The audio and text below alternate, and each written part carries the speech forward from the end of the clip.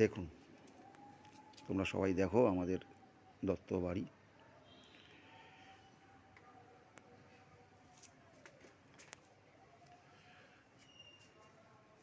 রমেশচন্দ্র দত্ত আর দীনেশ দত্ত এই বাড়িটা করেছিল। আমরা এই বাড়িতে থাকতাম এক সময়। এই রান্নাঘরগুলো বাবা বানিয়েছিল। এই তাদের বাড়ির অবস্থা এখন। এটা সুশীলদার ঘর ছিল, তালা দেওয়া আছে। এরা কোথায় বেড়াতে গেছে হয়তো, সুশীলদা মারা গিয়েছেন। এগুলো সব ভাড়া ছিল এক সময়।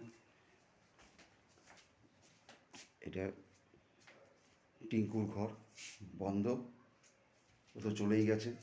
এই একটা ঘর তালা দেওয়া, এই একটা ঘর তালা দেওয়া। এরা কেউ নেই বাড়িতে এখন। বাড়ির এই অবস্থা। একসময় আমরা ছোটোবেলায় এই বাড়িতে আমরা বড় হয়েছি, কত খেলাধুলা করেছি, কত ভাড়াটে ছিল এই বাড়িতে, কিন্তু এখন তারা কেউ নেই। এই সিঁড়ি দিয়ে উঠছি, এই সিঁড়ির নিচের এই অবস্থা। আসলে দেখভাল করার কেউ নেই, যারা করতো তারা সব চলে গেছে। তাদের কষ্টের বাড়ি তারা বানিয়েছিল, কত আশা করে তারা এখানে দুই ভাই মিলে একসঙ্গে থাকবে। এই উঠছে সিঁড়িতে, দেখো বাড়ি আজকে ফাঁকা।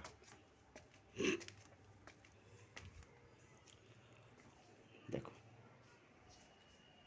এটা মনা থাকতো, সেও মারা গেছে, বন্ধ। এই বাবুর ঘর, বাবু নেই, বাবুও মারা গেছে। দেখুন অবস্থা, প্যাসেজটা এই অবস্থা।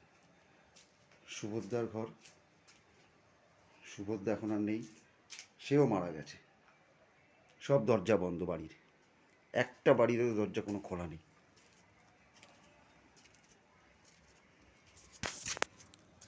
এই অবস্থা বাড়ির।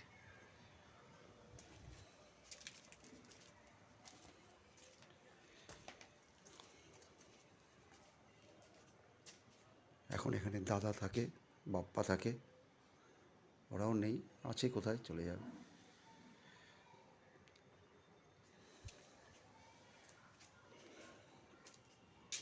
দেখো, ওই হচ্ছে গেট, এটা আমার ঘর, এটা আমি থাকি এখানে। সমস্ত বন্ধ, দরজা জানলা সব বন্ধ। এই রান্নাঘরগুলো রয়েছে। সত্যি কথা বলতে কি, বাড়িটা দেখলে খুব কষ্ট লাগে, ছোটোবেলার কথা মনে পড়ে যায়। ছোটোবেলা আমরা এখানে খেলাধুলা করতাম, অনেক আনন্দ করে এই বাড়িতে আমরা সবাই থাকতাম।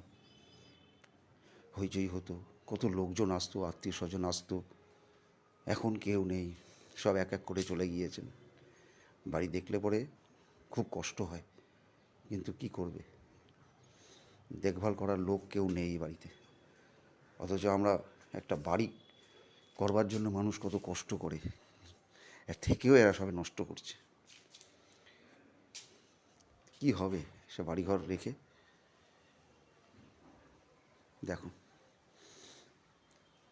বাবা জ্যাঠা কত কষ্ট করে বাড়ি করেছিল, যে সব ভাই বোনেরা এক জায়গায় থাকবে, সবাই হইচই করবে, একসঙ্গে সবাই থাকবে, কিন্তু সে আর হয়নি। তারাও চলে গিয়েছে, আমাদের মধ্যে সবাই এক এক করে মারা গিয়েছে। গোপালদা মারা গিয়েছে, সুশীলদা মারা গিয়েছে, বাবু মারা গিয়েছে, মনা মারা গিয়েছে, সুভদ্রা মারা গিয়েছে, টিঙ্কু চলে গেছে, সবাই চলে গেছে যে যার। এখন এ বাড়ি ভূতের বাড়ির মতন হয়ে আছে।